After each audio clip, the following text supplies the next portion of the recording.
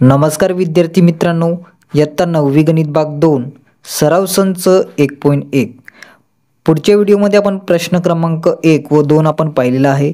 ह्या व्हिडिओमध्ये आपण प्रश्न क्रमांक 3 पाहणार आहोत। एकदम सोप्या पद्धतीने सर्व प्रश्नांची उत्तरे, एकूण 6 प्रश्न आहे। त्या 6 प्रश्नांची उत्तरे आपण ह्या व्हिडिओमध्ये आपण पाहणार आहोत। विद्यार्थ्यांनी व्हिडिओ पूर्ण पहा आणि आपल्या चॅनलला सबस्क्राइब केलं नसेल सबस्क्राइब करून घ्या आणि आपण व्हिडिओला सुरुवात करूया। तिसरा प्रश्न आहे, खाली दिलेल्या माहितीवरून कोणता बिंदू इतर दोन बिंदूच्या दरम्यान आहे ते ठरवा। पहिला प्रश्न पाहूया। डिस्टन्स PR बरोबर 7, डिस्टन्स PQ बरोबर 10 आणि डिस्टन्स QR बरोबर 3 अशा प्रकारे आपल्याला किमती दिलेल्या आहेत 7, 10 आणि 3। ह्याच्यातील मोठी संख्या कुठली आहे तर 10। आपण समजण्यासाठी इथे बाजूला आकृती काढलेली आहे। तर PQ म्हणजेच 10 आहे, तर आपण लिहूया P आणि Q। मोठी बाजू किती आहे तर 10 आणि उरलेला कोण असेल मध्ये PQ आणि R। PR ची बाजू असणार आहे 7 आणि RQ ची बाजू असणार आहे किती तर 3 आणि PQ ची बाजू आहे ती म्हणजेच 10। अशा प्रकारे आपण समजण्यासाठी आकृती काढत आहोत। तर आता मोठी बाजू कोण आहे 7, 10 आणि 3 ह्याच्यातली मोठी कोण आहे तर PQ ही मोठी आहे। अगोदर ती लिहून घेऊया आपण। डिस्टन्स PQ बरोबर 10। आता उरलेल्या दोन बाजूंची बेरीज, जर उरलेल्या दोन बाजूंची बेरीज 10 आली तर एक रेषीय आहेत म्हणजेच दरम्यान आहे। Distance PR plus distance QR बरोबर 7 + 3। अगोदर आपण काय लिहिलं तर अगोदर मोठी बाजू आपण घेतली, त्यानंतर उरलेल्या दोन बाजूंची बेरीज किती तर 10। आता ह्याची टोटल 10 होते आणि एका बाजूची टोटल आहे ती म्हणजेच 10 म्हणजेच दरम्यान आहे। तर आपल्याला लिहायचं आहे, अगोदर मोठी बाजू आहे ती लिहून घ्यायची आपल्याला। डिस्टन्स PQ बरोबर आणि उरलेल्या दोन बाजू कोण आहे distance PR plus distance QR अशा प्रकारे आपल्याला लिहून घ्यायचं आहे म्हणजेच दरम्यान आहे। तर खाली एक वाक्य लिहायचं आपल्याला। बिंदू मधला कोण आहे R। R हा P आणि Q, P आणि Q चा दरम्यान आहे, म्हणून P दरम्यान R दरम्यान Q। अशा प्रकारे आपल्या पहिल्या प्रश्नाचं उत्तर असणार आहे। दुसरा प्रश्न पाहूया की दुसरा प्रश्न आहे, डिस्टन्स RS बरोबर 8, डिस्टन्स ST बरोबर 6 आणि डिस्टन्स RT बरोबर 4 अशा प्रकारे आपल्याला प्रश्न आहेत। तर मोठी बाजू आपल्याला अगोदर शोधायची आहे। 6, 8 आणि 4 ह्याच्यातली मोठी संख्या कुठली आहे तर 8। 8 मोठी संख्या आहे। अगोदर आपण एक आकृती काढून घ्यायची आहे, एक आकृती काढून घ्यायची आहे।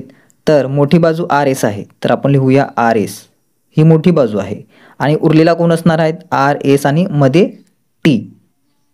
तर आता RT ची बाजू किती आहे तर 4 आणि TS किंवा ST किती आहे तर 6। ह्याची एकूण टोटल किती होते तर 10 आणि पूर्ण रेषेची टोटल किती आहे तर 8। तर एक रेषीय असणार आहेत का तर नाही। तर आपल्याला आकृतीवरून समजतंय की एक रेषीय नाहीत, कारण की दोन रेषांची टोटल किती 10 होते आणि पूर्ण रेषेची टोटल किती आहे तर 8। तर एक रेषीय नाहीत, म्हणून आपण ते गणिती भाषेमध्ये लिहूया।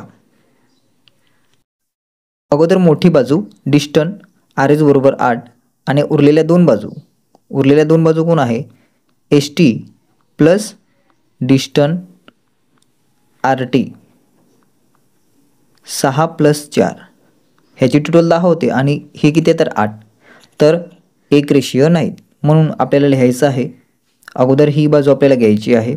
डिस्टन्स RS बरोबर distance ST plus distance RT अशा प्रकारे लिहून झाल्यानंतर हे एक रेषीय नाहीत, म्हणून आपल्याला बरोबरच्या ह्याच्यात एक काट मारायचे आहेत म्हणजे एक रेषीय नाहीत. दिलेले बिंदू एक रेषीय नाहीत म्हणून आपल्याला लिहायचं आहे दिलेले बिंदू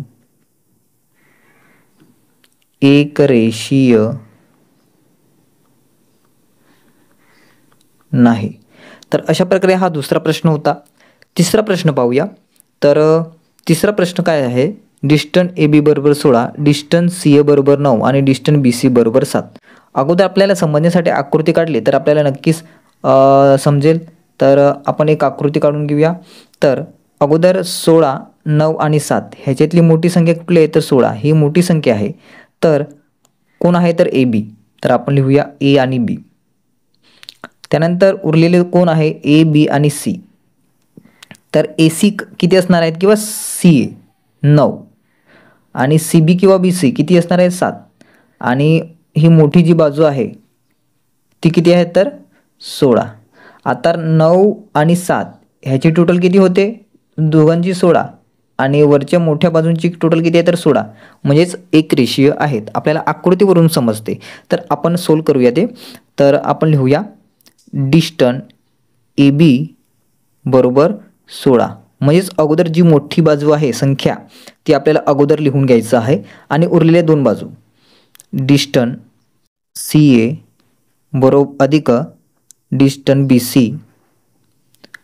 आता 9 आणि 7 9 + 7 किती होता 16 आणि इथे सुद्धा 16 आहेत म्हणून डिस्टन्स ए बी बरोबर डिस्टन्स सी ए प्लस डिस्टन्स बी सी.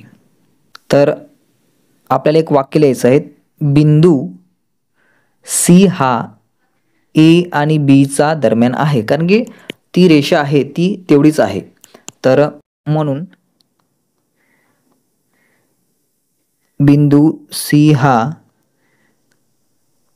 ए आणि बीचा दरम्यान आहे.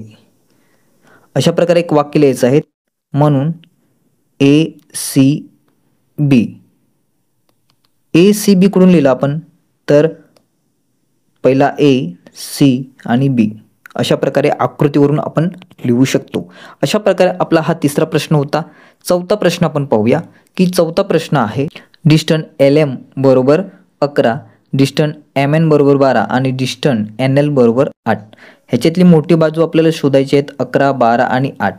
12 हे मोठे आहेत म्हणून आपण एक आकृती काढूया आणि 12 कोण आहे तर एम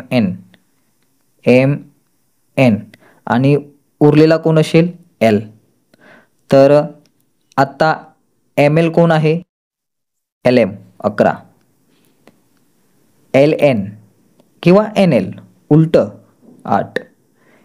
ह्याची दोघांची टोटल किती होते तर 19. आपल्या समजण्यासाठी आकृती काढत आहोत आपण. आणि एम एनची टोटल किती आहे तर टोटल 12. तर एक रेषीय आहेत का तर नाही कारण की ही टोटल मॅच व्हायला पाहिजे 12 आणि 19 ही टोटल कुठली तरी एक मॅच व्हायला पाहिजे. तर ती मॅच होत नाहीत म्हणजेच दरम्यान नाहीत किंवा एक रेषीय बिंदू नाही. तर आपण मोठी संख्या अगोदर लिहून घेऊया. तर डिस्टन्स एम एन बरोबर 12 अगोदर मोठी बाजू आणि उरलेल्या दोन बाजू लिहूया आपण प्लस डिस्टन्स एन एल बरोबर 11 + 8. ह्याची टोटल 19 होते आणि हे 12 आपलं मॅच होत नाही म्हणून एक रेषीय नाहीत. त्यासाठी आपल्याला ही स्टेप उचलायची आहे डिस्टन्स एम एन बरोबर. त्यानंतर हे आपल्याला उचलायचं आहे distance L M plus distance N L. तर एक रेषीय नाहीत म्हणून आपल्याला बरोबरच्या मध्ये काट मारायचा आहे. तर आपल्याला लिहायचं आहे दिलेले बिंदू एक रेषीय नाहीत म्हणून दिलेले बिंदू एक रेषीय नाही. तर अशा प्रकारे आपण चौथा प्रश्न पाहिलेला आहे. आता पाचवा प्रश्न पाहून घेऊया की पाचवा प्रश्न आहे डिस्टन्स एक्स वाय बरोबर 15, डिस्टन्स वाय झेड बरोबर 7 आणि डिस्टन्स एक्स झेड बरोबर 8. तर अगोदर आपण मोठी संख्या कुठली आहे 15, 7 आणि 8 ह्याच्यातील मोठी संख्या 15 आहे. तर 15 मोठी संख्या आहे, कोण आहे तर एक्स वाय. तर आपल्याला लिहायचं आहे एक्स वाय आणि मधला उरलेला कोण असेल एक्स वाय झेड. आता एक्स झेड किंवा वाय झेड आणि हा 8 आहे आणि मोठी जी बाजू आहे ती किती आहे तर 15. आता ह्या दोघांची टोटल किती आहे 15 आणि ही 15 मॅच झालेली आहेत आपली, म्हणजेच एक रेषीय बिंदू आहेत. आपल्याला समजते आकृतीवरून, आपल्याला आकृती आपण समजण्यासाठी काढत आहोत. तर आपण आकृती काढा म्हणजेच आपल्याला लवकर समजण्यात येईल.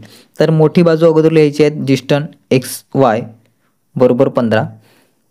तर आपल्याला उरलेल्या दोन बाजू लिहायच्या आहेत distance Y Z plus distance x Z. किती आहेत 7 आणि 8 15. तर आपल्याला हे वाक्य खाली घ्यायचं आहे डिस्टन्स एक्स वाय बरोबर. त्यानंतर ही खालची बाजू घ्यायची आहेत आपल्याला distance Y Z plus distance x Z. आता एक रेषीय बिंदू आहेत म्हणून आपल्याला लिहायचं आहे बिंदू झेड हा एक्स आणि वायचा दरम्यान आहे. तर आपण लिहूया बिंदू झेड हा एक्स आणि वायचा दरम्यान आहे. तर आपलं होईल एक्स दरम्यान झेड दरम्यान वाय. तर अशा प्रकारे हा 5वा प्रश्न होता. शेवटचा जो 6वा प्रश्न आहे तो सुद्धा आपण पाहून घेऊया. शेवटचा 6वा प्रश्न आहे डिस्टन्स DE बरोबर 5, डिस्टन्स EF बरोबर 8 आणि डिस्टन्स DF बरोबर 6. 5, 8 आणि 6 ह्याच्यातली मोठी संख्या कुठली आहे तर 8. तर आकृती काढूया आपण अगोदर. कोण आहे तर 8 EF लिहूया आपण. मधलं कोण असणार आहे D. ऑटोमॅटिक आपल्याला D भेटला. त्यानंतर ED किंवा DE किती आहे तर 5, DF किंवा FD किती आहे 6 आणि वरची जी बाजू आहे ती किती आहे तर 8. आता 8 आणि ह्या दोघांची टोटल मॅच होते का तर नाही. वरची बाजू मोठी जी रेषा आहे ती 8 आहे आणि ह्या दोघां रेषा मिळून किती होते तर 11, म्हणजेच एक रेषीय नाहीत. म्हणून आपल्याला अगोदर लिहूया आपण की मोठी बाजू डिस्टन्स EF बरोबर 8, मोठी बाजू आपण लिहून घेतली. त्यानंतर उरलेल्या दोन बाजू distance DE plus distance DF किती 5 आणि 6 11 होते. म्हणून आपल्याला लिहायचं आहे ही बाजू डिस्टन्स EF बरोबर आणि खालची ही बाजू distance DE plus distance DF. तर एक रेषीय आहे म्हणून काट मारायचे आहेत आपल्याला. म्हणून आपल्याला लिहायचं आहे दिलेली बिंदू एक रेषीय नाही. दिलेले बिंदू एक रेषीय नाही. तर अशा प्रकारे आपण हे 6 प्रश्न एकदम सोप्या पद्धतीने आपण पाहून घेतलेले आहे. तर नक्कीच विद्यार्थ्यांना व्हिडिओ आवडले असेल. विद्यार्थ्यांनी व्हिडिओला लाईक करा, चॅनलला सबस्क्राईब केला नसेल सबस्क्राईब करा. असेच प्रकारची नोट्स आणि व्हिडिओ आपल्या चॅनलच्या माध्यमातून आपल्याला भेटणार आहे आणि आपण भेटूया नेक्स्ट व्हिडिओमध्ये. धन्यवाद.